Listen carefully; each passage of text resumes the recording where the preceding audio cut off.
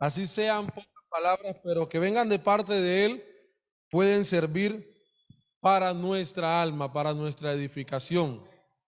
Soberano Dios y Padre Celestial, en esta hora estamos aquí una vez más, delante de tu presencia, Señor Jesús.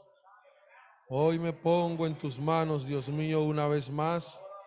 Ruego, Señor, que me uses, Dios mío. Usa mi vida, Padre Celestial, para compartir tu palabra, Dios mío. Permite, Señor, que tu palabra sea expuesta en esta hora con libertad, con claridad y con verdad, Señor. Que tu Espíritu Santo sea el que convenza en esta hora, Dios mío, a los corazones, Señor. Úsame, te lo ruego, Señor Jesucristo. Amén y amén. Pueden sentarse, hermanos y amigos. Quiero predicar con la ayuda de Dios y en su nombre acerca de la importancia de la presencia de Dios en nuestra familia. Estamos en un culto dirigido por el Comité de Familia. Y hermanos, yo pienso que la familia tiene un valor muy grande para Dios. Y nosotros, como creyentes, debemos valorar el hecho de que Dios nos haya permitido formar una familia o pertenecer a una familia. El texto que hemos leído dice: si Jehová no edificare la casa, en vano trabajan los que la edifican. Si Jehová no guardare la ciudad, en vano vela la guardia. Este texto, hermano, nos pone a nosotros frente a una realidad, y es que Dios es el importante, que Dios es el fundamental. Y hablando de la familia, si Dios no está en nuestra familia, si la presencia de Dios no está en nuestro hogar, de nada sirve los esfuerzos que nosotros podamos realizar. Usted puede mirar, hermano, muchas familias que materialmente tienen muchas cosas, que quizás en algún momento, porque como somos humanos, deseamos tener algunas de ellas, y muchas veces miramos y decimos: ojalá Dios me permitiera el día de mañana poder tener una buena casa, poder tener un buen empleo, poder darles a mis hijos buena educación, poder darles a mis hijos la oportunidad de pasear, de ir de viaje de un lugar a otro. Y todas esas cosas, hermanos, a la verdad son buenas, son necesarias, porque ayudan de alguna manera a nutrir la relación en la familia. Pero, hermanos, si no está Dios en medio de la familia, estamos perdiendo el tiempo. Yo pienso, hermanos, y así lo demuestra la palabra del Señor, que nosotros sin Dios nada podemos hacer. Vivir en este mundo, criar o sacar adelante una familia, criar unos hijos, tener un hogar sólido, tener un hogar estable, en este tiempo, hermanos, si somos sinceros, para muchos se ha convertido en un verdadero desafío. Para muchos se ha convertido a veces en una dificultad muy grande, porque las familias, hermanos, están siendo fuertemente atacadas por el enemigo. No es un secreto que el enemigo no quiere ver familias estables, familias sólidas. Por eso busca una y otra manera cómo destruir los hogares. Busca de muchas maneras cómo desestabilizar el ambiente familiar. Por eso, hermanos, es muy importante que Dios esté en nuestro hogar, que Dios sea el centro de nuestras vidas, que Dios sea quien dirija nuestros pasos, que sea Dios quien esté presente en nuestros hogares.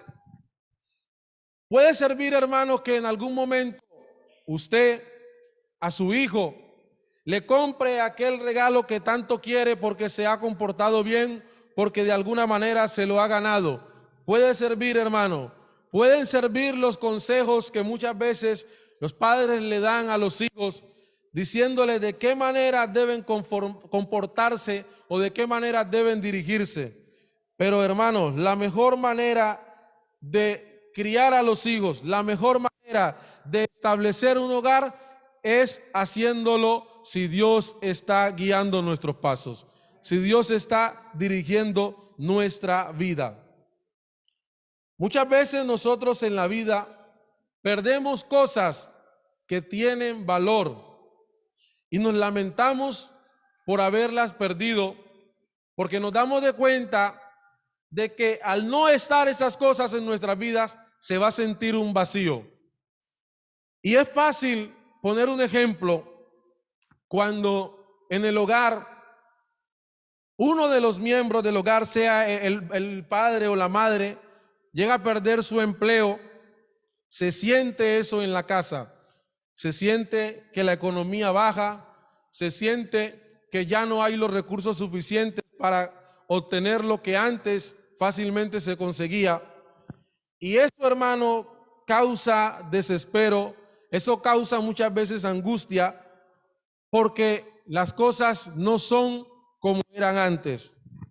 Pero de alguna u otra manera, hermano, sin eso podemos vivir, podemos seguir adelante. Pero, hermano, se lo digo con toda seguridad, en el temor de Dios, nosotros podemos perder muchas cosas materiales en nuestro hogar, pero si llegamos a perder la presencia de Dios en nuestro hogar, créalo que ahí sí estamos frente a una verdadera pérdida. Allí sí estamos frente a una verdadera situación que preocupa. Hermano, cuando Dios está en el hogar hay armonía, en el hogar hay paz, en el hogar hay comprensión. Se lo digo por experiencia propia, hermano, aunque soy joven en el matrimonio. Cuando uno está bien con Dios, cuando Dios está reinando en su hogar, a usted le puede faltar la comida, a usted le puede faltar quizás vestido, a usted le pueden faltar muchas comodidades, pero usted se puede acostar en paz, usted se puede acostar tranquilo.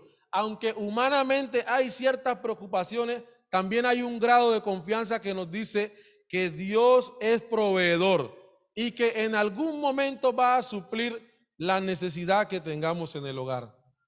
Pero todo esto pasa, hermano, si la presencia de Dios está en nuestro hogar, en nuestra familia.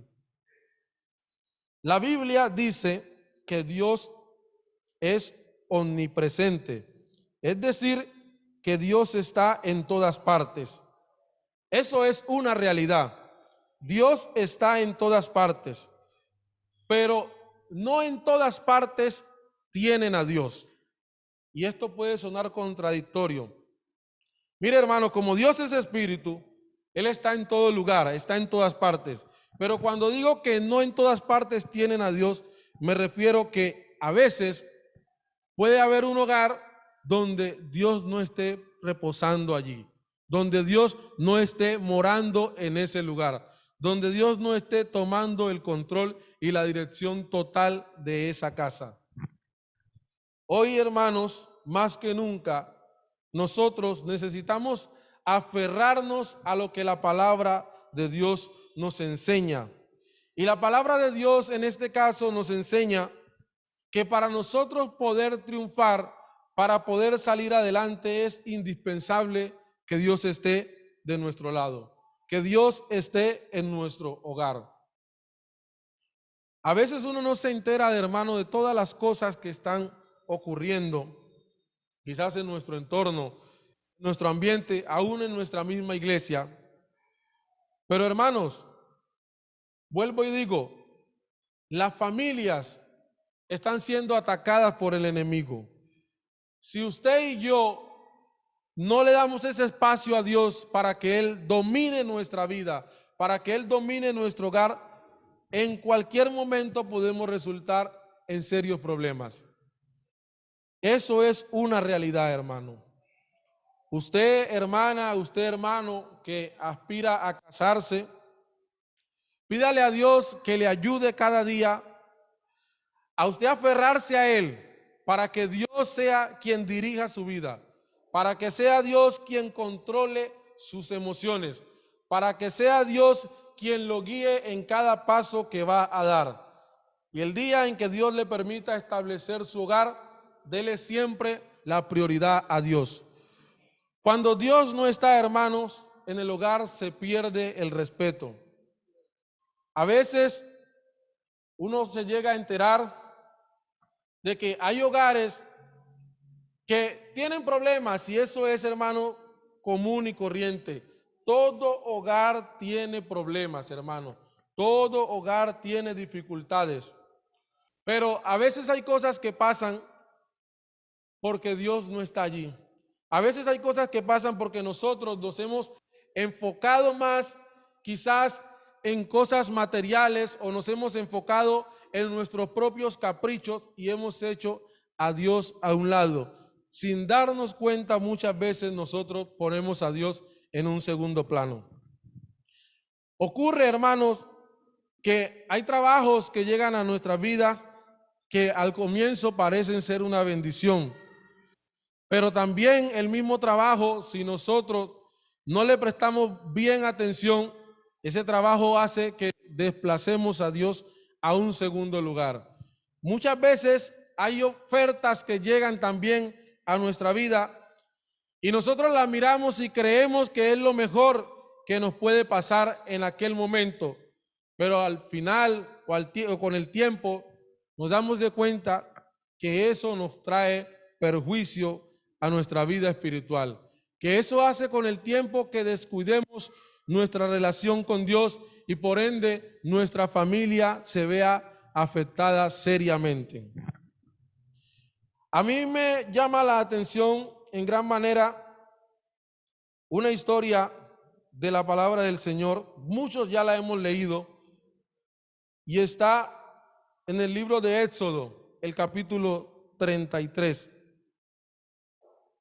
Un hombre llamado Moisés, al cual Dios le encarga una misión y es de llevar a su pueblo a la tierra prometida.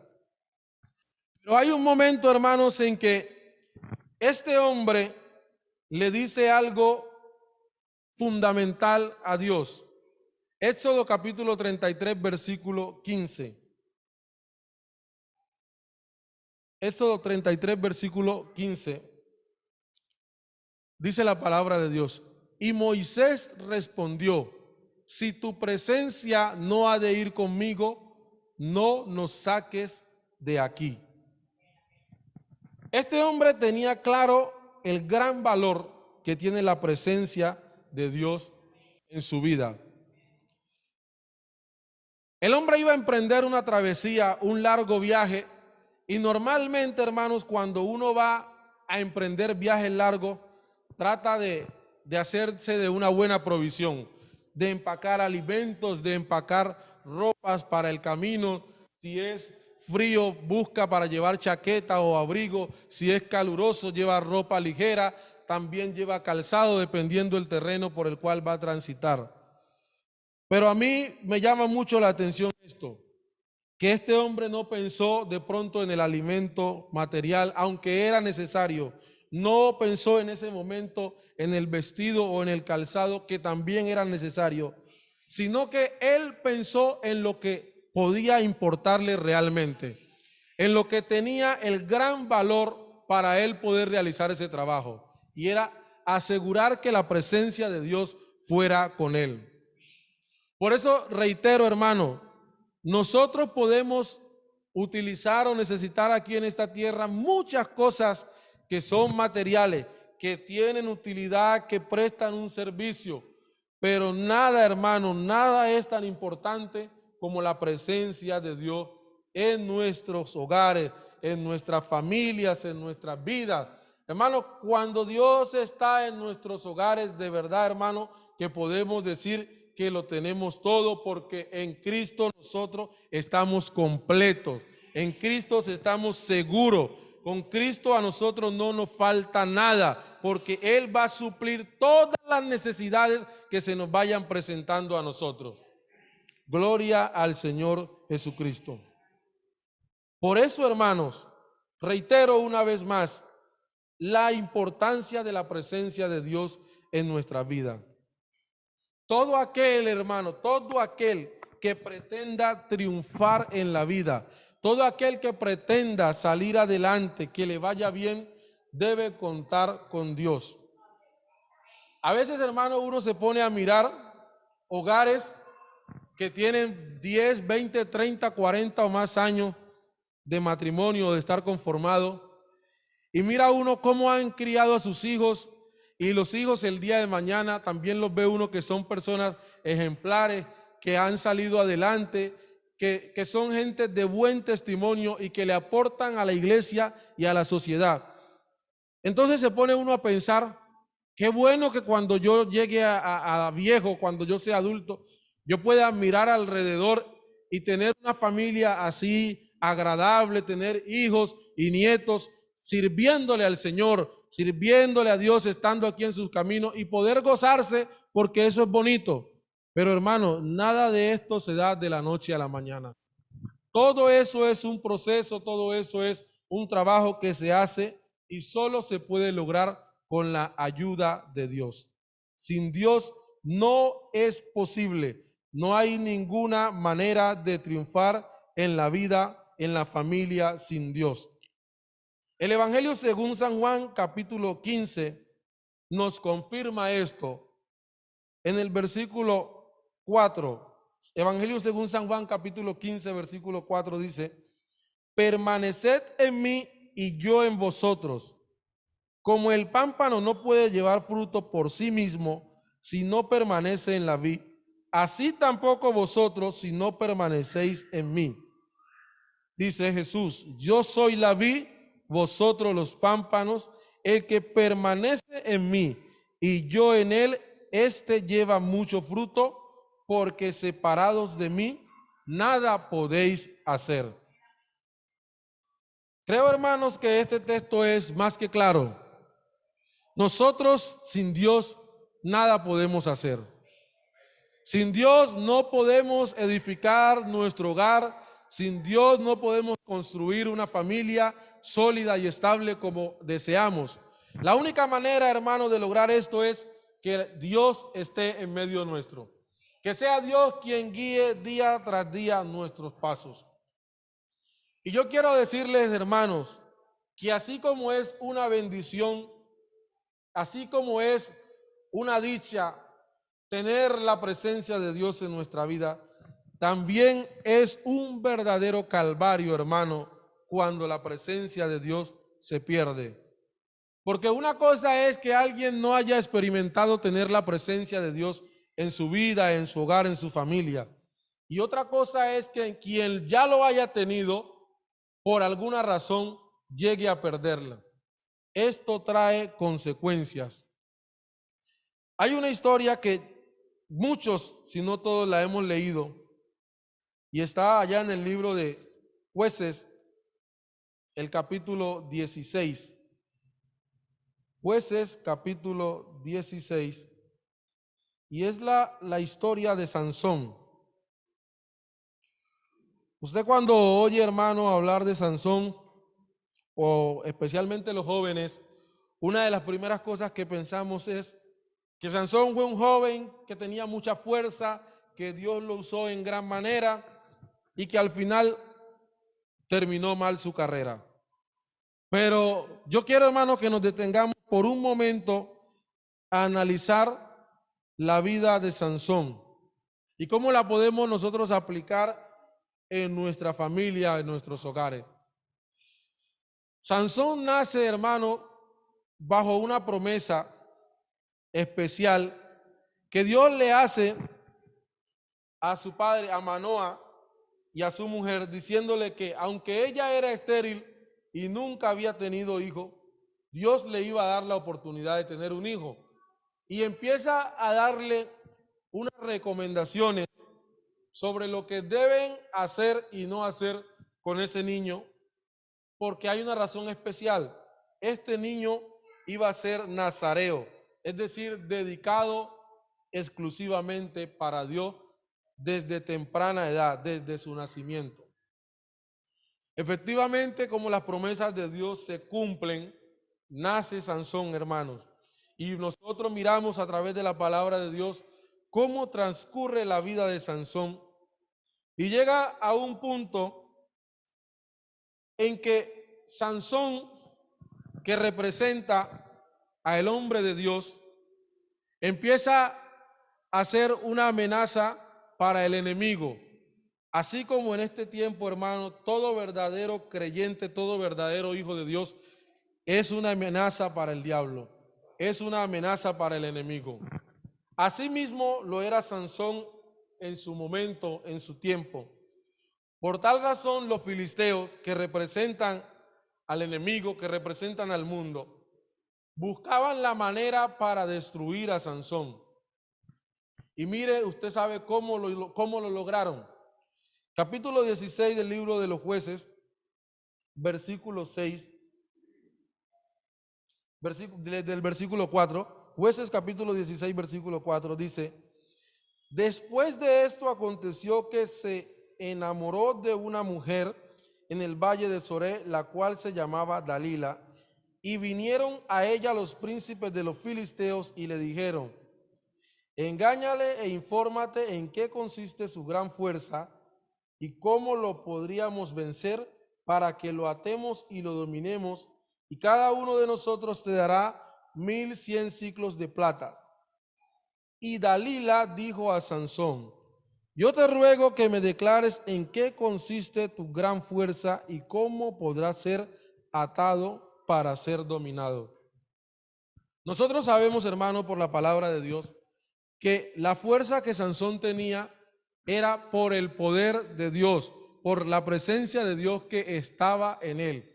Esta era la razón por la cual Sansón tenía esa fuerza, porque Dios estaba con él, porque la presencia de Dios estaba en él.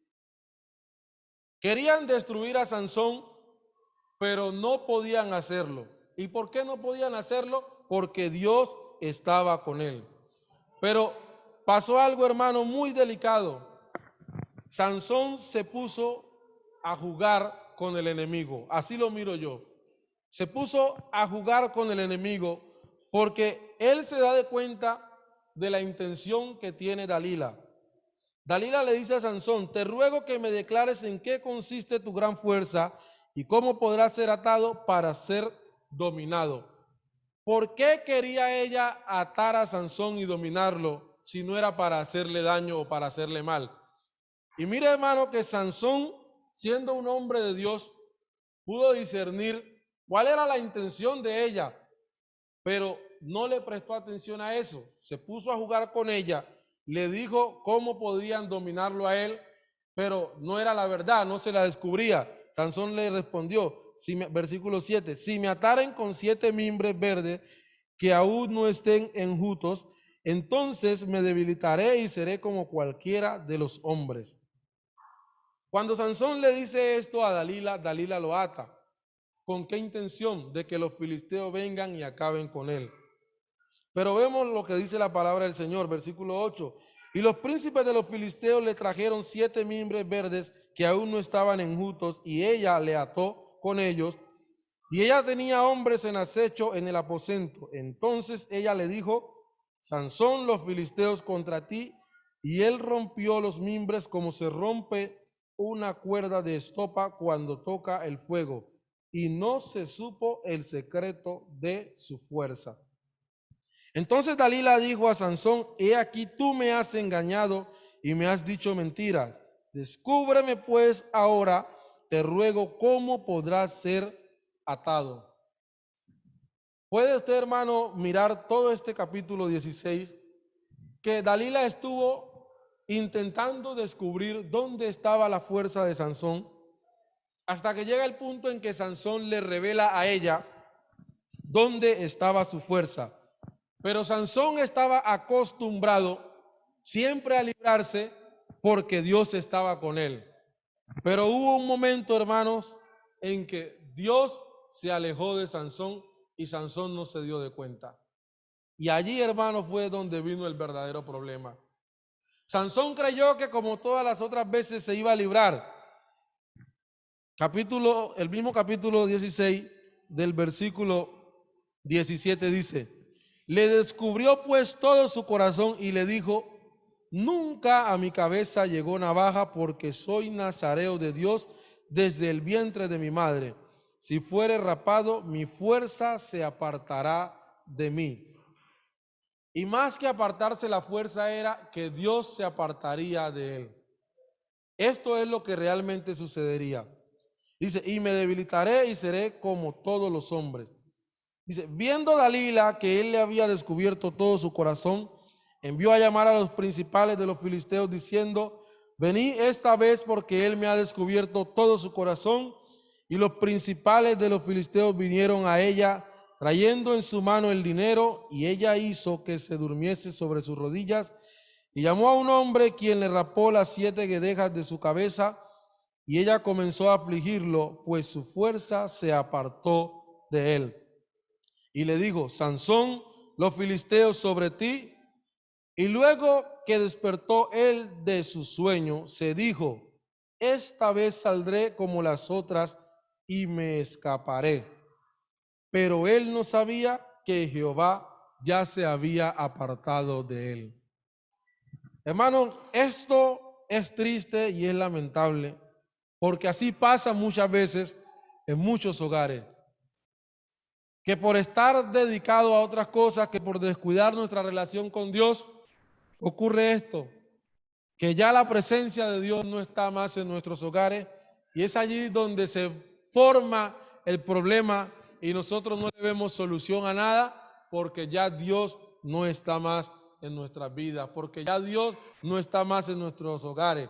Pero en esta hora, hermano, que Dios nos guarde, que Dios nos ayude a nosotros a que podamos permitirle a Dios que Él siga reinando en nuestras vidas, hermano. Que no nos vaya a pasar lo que le pasó a Sansón, porque esto es triste y lamentable. Tener que uno comprobar lo que es vivir sin Dios después de haberlo tenido a Él reinando en nuestra vida y en nuestro hogar, eso, hermano, es muy triste y lamentable. Sansón era el hombre que tenía el poder de Dios y luego vino a convertirse en un juguete de sus enemigos. La Biblia dice que lo ataron con cadenas para que moliese en la cárcel. Dice que le sacaron los ojos y lo tenían para entretenimiento. Hermano, estas palabras pueden ser crueles, pueden ser duras, pero yo se lo digo hoy en esta hora en el temor de Dios. Si nosotros sacamos a Dios de nuestros hogares, el enemigo va a hacer con nosotros lo que se le antoje. Así que en esta hora el llamado es a nosotros aferrarnos más a Dios para que su presencia siempre siga estando con nosotros y el enemigo no pueda con nosotros, porque mayor es Dios. Mayor es el poder que Dios tiene para guardarnos a nosotros. Gloria al Señor Jesucristo. Así que a manera de conclusión, hermano, la invitación es que nosotros podamos cada día estar aferrados a la mano de Dios, permitiendo que Dios guíe nuestros pasos, que Dios dirija nuestra vida, para que así podamos tener hogares sólidos y estables en las manos del Señor. Que Dios les bendiga.